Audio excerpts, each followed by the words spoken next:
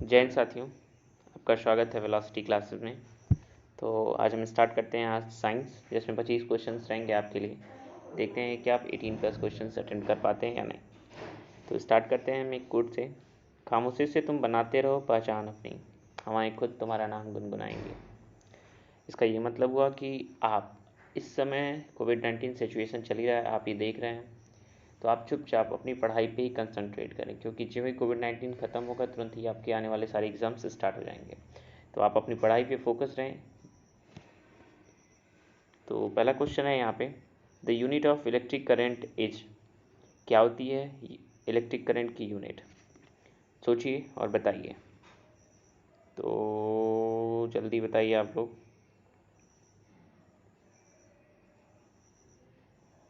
तो इसका right answer है एम्पियर। तो अगर एम्पियर इसके राइट आंसर है तो वोल्ट किसकी यूनिट होगी? अगर हम बात करते हैं वोल्ट की, तो ये इलेक्ट्रिकल पोटेंशियल की होती है। एम्पियर की बात करें तो ये इलेक्ट्रिक करंट की होती है। तो कूलम किसकी होती है, ये आप सोचिए। वॉट की बात करते हैं तो वॉट तो आपको पता ही होगा, ये पावर की यूनिट होती है। तो कूलम किसकी यूनिट है? कूलम इलेक्ट्रिकल चार्ज की यूनिट है। बहुत सारे बच्चे इसमें कंफ्यूज भी हो जाते हैं। तो अगले क्वेश्चन पे आते हैं। 1 नैनोमीटर किसके इक्वल होता है? सोचिए और जल्दी बताइए। 1 नैनोमीटर इज इक्वल टू, जी हाँ, 10⁻⁻9 होता है, लेकिन ये मीटर होता है। यहाँ पे मैंने आपको सारा सेंटीमीटर में दे दिया, मैंने बस थोड़ा सा इस चीज़ को कन्वर्ट कर दिया। तो आपको पता होगा 1 metre is equal to 100 centimetre. तो यानी कि यहाँ पे हो जाएगा 10⁻²। और अगर यहाँ पे ये +2 ऐड कर देंगे तो कितना हो जाएगा 10⁻⁷। ठीक है, कोई दिक्कत? चलिए आगे बोलते हैं। एक light year is the unit of, किसकी लाइट ईयर यूनिट होती है? तो हम देखते हैं इसकी। क्या टाइम की होती है? नहीं, टाइम की तो नहीं होती है। एज की होती है? एज की भी नहीं होती है। क्या वेट की होती है? वेट की भी नहीं होती। तो बचा क्या आंसर आपका? डिस्टेंस। जी हाँ, एक की डिस्टेंस की यूनिट होती है। आगे आते हैं।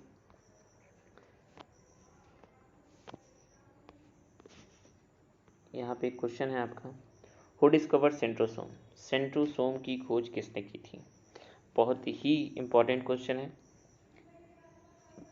यहाँ पे आपको कन्फ्यूजिंग सारे आंसर भी मिल जाएंगे। तो अगर हम बात करते हैं वॉन बेंडन की, तो वॉन बेंडन ने सबसे पहले इसको देखा था, खोजा नहीं था। बावेरी ने इसको सबसे पहले खोजा था। तो इसका राइट आंसर हो जाएगा बावेरी। और पैलाडी ने राइबोसोम्स की खोज की थी, ये आपको पता ही होगा। आते हैं अगले साइड पे। The device to measure electric current is, अभी अभी मैंने आपको पीछे ही बताया है कि इलेक्ट्रिक करंट किसकी यूनिट है। जी हाँ, इसको हम एमीटर से मेज़र करते हैं। इसको हम किससे मेजर करते हैं? एमीटर से। तो वोल्टामीटर किसकी यूनिट होगी? जल्दी बताइए। वोल्टामीटर इलेक्ट्रिक चार्ज की होती है। वोल्टामीटर इलेक्ट्रिक चार्ज की होती है। और वोल्ट मीटर वोल्टेज की होती है। जूल किसकी यूनिट होती है? जूल एनर्जी की यूनिट होती है। ठीक है, आते हैं अगले क्वेश्चन पे हम। A sudden fall in barometer indicates, आपने देखा होगा कि बहुत कई बार ऐसा होता है, फिलहाल तो देखा नहीं होगा, लेकिन आपने ये चीज़ सुना होगा कि बैरोमीटर में अचानक ही अगर उसका पाठ्यांक नीचे की तरफ चला जाता है तो क्या होता है? जल्दी बताइए। तो इसका मतलब होता है कि आंधी आने वाली है। इसका क्या मतलब होता है? आंधी आने वाली है, और भी बहुत तगड़ी वाली आंधी आने वाली है। क्यों ऐसा ऐसा क्यों होता है? ऐसा इसलिए होता है कि एटमॉस्फेरिक प्रेशर जो होता है वो डिक्रीज़ हो जाता है, इसीलिए ऐसा होता है। अगले क्वेश्चन पे आते हैं। पार्सेक किसकी यूनिट है? काफ़ी इंपॉर्टेंट क्वेश्चन है ये, फिर से कई सारे एग्जाम्स में ये आए हुए क्वेश्चन हैं। पार्सेक किसकी यूनिट है? जल्दी बताइए, पार्सेक किसकी यूनिट है? पार्सेक एक एस्ट्रोनॉमिकल डिस्टेंस है। ठीक है, पार्सेक एक एस्ट्रोनॉमिकल डिस्टेंस है जिसमें दो तारों के बीच की जो डिस्टेंस होती है, या फिर दो गैलेक्सियों के बीच की जो डिस्टेंस होती है, उसको मेज़र किया जाता है। आते हैं अगले क्वेश्चन पे। एक इलेक्ट्रिकल मोटर होता है, वो कन्वर्ट किसको किस में करता है? एक इलेक्ट्रिकल जो मोटर होता है वो कन्वर्ट किस में करता है?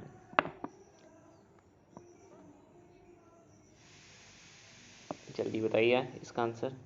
तो आप क्या करते हैं, मोटर क्या होता है? इलेक्ट्रिकल मोटर का मतलब जो बिजली से चलने वाला मोटर होता है, जब आप लगाते हैं उसको बिजली से, तो आप देखते हैं वो अपना मैकेनिकल काम करना स्टार्ट कर देता है, मैकेनिकल काम। तो इसका आंसर हो जाएगा सी। थर्मल एनर्जी तो होगा नहीं, सीधी बात, ये पहले गलत। आप ऑप्शन एलिमिनेट करना सीखिए।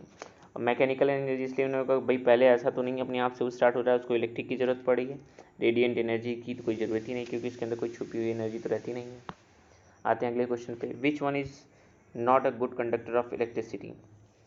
कौन इसमें ऐसा है जो एक गुड कंडक्टर नहीं है इलेक्ट्रिसिटी का?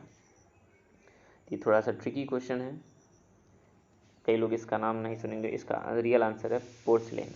बाकी सारा इलेक्ट्रिक का गुड कंडक्टर है। आते हैं अगले क्वेश्चन पे हम। It is 6 month long day in the northern polar region and 6 month long night in the southern polar region because, मतलब नॉर्थन पोलर रीजन में 6 महीने का दिन और फिर साउथर्न में 6 महीने की रात होती है। ये तो पता है कि एक साइड 6 महीने का दिन 6 महीने का रात होता है, दोनों पोल 2 पोल होते हैं, ये आपको पता है, नॉर्थ पोल साउथ पोल।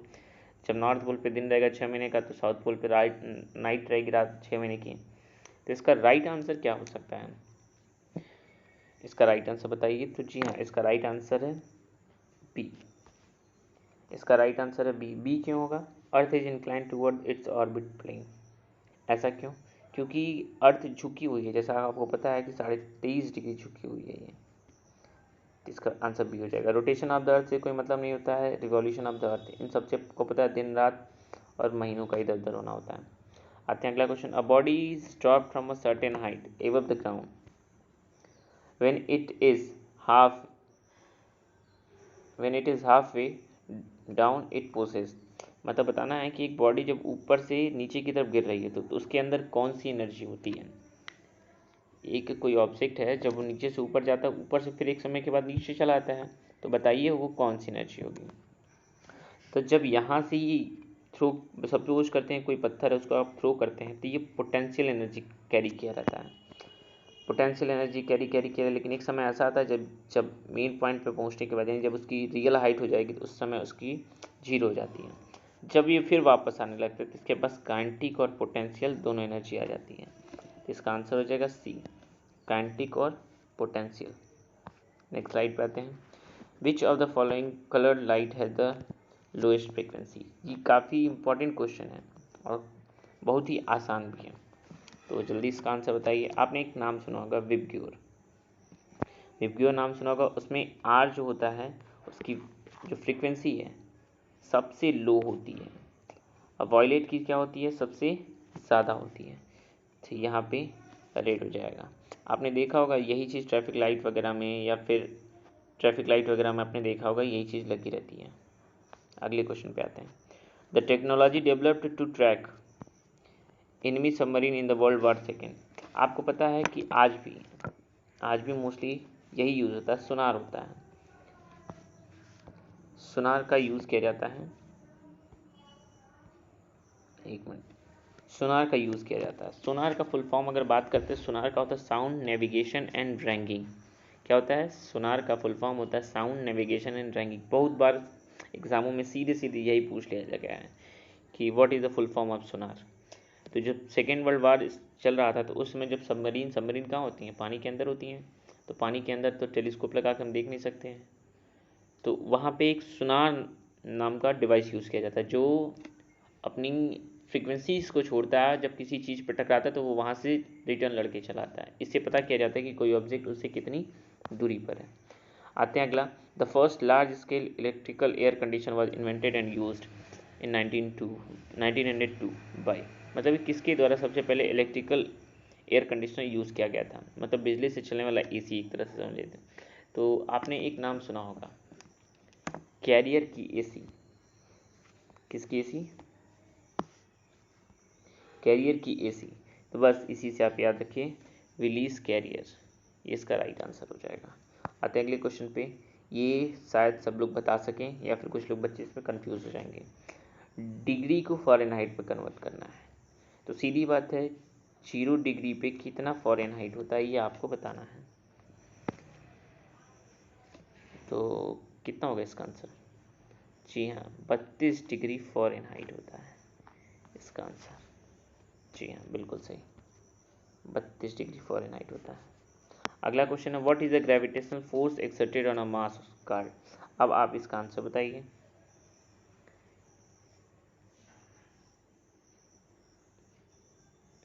कोई ऑब्जेक्ट है, सपोज करो, ग्रेविटेशनल फोर्स किसके ऊपर लगता है? सबसे पहला काम ये बताइए। स्ट्रेस पे लगता है? जी नहीं। इनर्शिया पे लगता है? जी नहीं। काम से तो कोई मतलब नहीं है, इसका आंसर वेट हो जाएगा। मतलब कोई ऑब्जेक्ट कितने वेट का है उसी हिसाब से उस पर 9.8 का ग्रेविटेशन फोर्स लगता है। आपको पता है कहीं कहीं ग्रेविटेशन फोर्स 10 भी होता है मोस्टली, लेकिन 9.8 ही माना जाता है सबसे ज़्यादा। आते हैं अगले सेक्शन पे। The earth conductor provides a path to ground for. अब आप बताइए, अर्थ कंडक्टर, आपको पता है अर्थ भी कैरी करता है। जैसे आपके घर में कभी कभी ऐसा होता है कि लाइट नहीं आती है, सॉरी लाइट आती है बट बहुत स्लो होती है, तो सब लोग क्या करते हैं, अर्थिंग इसको सही से नहीं मिल रहा है, तो क्या कर, अर्थिंग नहीं मिल रहा है तो इसके लिए हम क्या करते हैं, तो एक वायर लेते हैं और एक तो फेस से कनेक्ट कर देते हैं, एक अर्थ की तरफ से कनेक्ट कर देते हैं, और उसके बाद हम देखते हैं कि हमारे घर के अंदर लाइट सही मात्रा में आने लगी है। इसका राइट आंसर हो जाएगा, सर्किट करंट से कोई मतलब नहीं, ओवर करंट से भी कोई, हाई वोल्टेज बेस से कोई मतलब नहीं। इसका आंसर हो जाएगा लीकेज करंट। इसमें कई सारे बच्चों को दिक्कत भी होगी क्योंकि शायद ये पहली बार उनके सामने ऐसा क्वेश्चन आ रहा होगा। आते हैं, which of the following was the first antibiotic discovered by Alexander Fleming इन 1928। सबसे आसान क्वेश्चन है, इसको बताया जा सकता है। जी हाँ, पेंसिलिन इसका राइट आंसर है। 1928 में सर्च किया गया था पेंसिलिन। आते हैं 19 क्वेश्चन पे। 19 क्वेश्चन में देखें, the bacterial conversation of convergence of nitrogen into nitrogen compound is called. आपको पता है कि ऐसा सिर्फ और सिर्फ नाइट्रोजन फिक्सेशन वाली कंडीशन होती है। इसमें बैक्टीरिया क्या करता है, किसी चीज़ को कन्वर्ट करने का काम करता है, तो यहाँ पे नाइट्रोजनेशन कहा जाता है, मतलब बैक्टीरिया किसी चीज़ को डिकम्पोज कर देता है, तो वही। An ant can see the object all around it due to the presence of। अब सबसे अच्छा क्वेश्चन, आपको सबसे पहला बताना है कि एक एंट के पास कितनी आईज होती हैं। सोचिए, जल्दी सोचिए, कितनी आईज होती हैं? 2 आईज होती हैं, कंपाउंड आईज इसका आंसर हो जाएगा। इसका answer compound eyes. Simple eyes से तो कोई मतलब नहीं है, आईज ओवर इट सेड ये तो भाई बिल्कुल ही रहता है, लेकिन हमसे यहाँ पे पूछा है कि किस तरह की प्रेजेंस में होती हैं, इसका कंपाउंड आईज हो जाएगा इसका आंसर। अगले पे आते हैं, what is the most common treatment for bacterial infections in human. सबसे ज़्यादा आज चल रहा है मौसम ये ऐसा, तो इसका आंसर आप सीधे सीधे तो आसानी से दे भी सकते हैं, इसमें कोई सोचने समझने। जी हाँ बिल्कुल, antibiotics. What plant has a scientific name सोलेमन ट्यूबरसोम। बहुत सही, अक्सर हर एक एग्ज़ाम में एक साइंटिफिक नेम जरूर पूछता है, तो यहाँ पे भी आपके सामने है, तो आप बताइए यहाँ पे इसका राइट आंसर क्या होगा। जी हाँ, इसका आंसर राइट आंसर पोटैटो का। तो अब आपको बताना, ये आपका होमवर्क है, पोटैटो, पम्पकिन और ओनियन का साइंटिफिक नेम क्या है। आप मुझे कमेंट बॉक्स में ज़रूर इसका आंसर दीजिएगा, पोटैटो, पम्पकिन और ओनियन का साइंटिफिक नेम क्या है।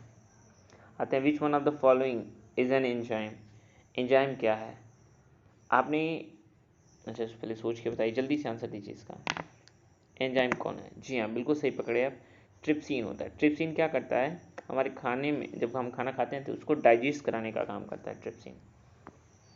आते हैं, who is called the child surgeon. ये लड़का 7 साल की उम्र में ही, 7 ईयर्स में ही इसने सर्जरी कर दी थी, तो बताना है इसका राइट आंसर क्या होगा।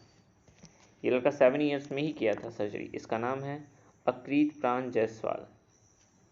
ये हिमाचल प्रदेश का रहने वाला है, जो 7 साल में ही सबसे यंगेस्ट चाइल्ड सर्जन है।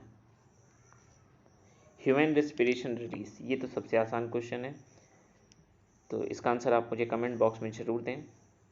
ह्यूमन रेस्पिरेशन मतलब जब आप सांस छोड़ते हैं तो कौन सी गैस को बाहर निकालते हैं, कौन सी गैस को आप आउट करते हैं। इन कौन सी गैस को करते हैं, ऑक्सीजन को, तो बाहर किसको करते हैं, CO2 को करते हैं। तो इसका आंसर आप मुझे कमेंट बॉक्स में ज़रूर दें। फिलहाल मैंने आंसर तो दे दिया है, अब आप बट समझ के बताएं कौन सा इसका रियल आंसर होगा। अगर आपको ये मेरा चैनल पसंद आया हो तो लाइक और सब्सक्राइब जरूर करें, कमेंट करना ना भूलें अपने सारे आंसर्स को। Thank you.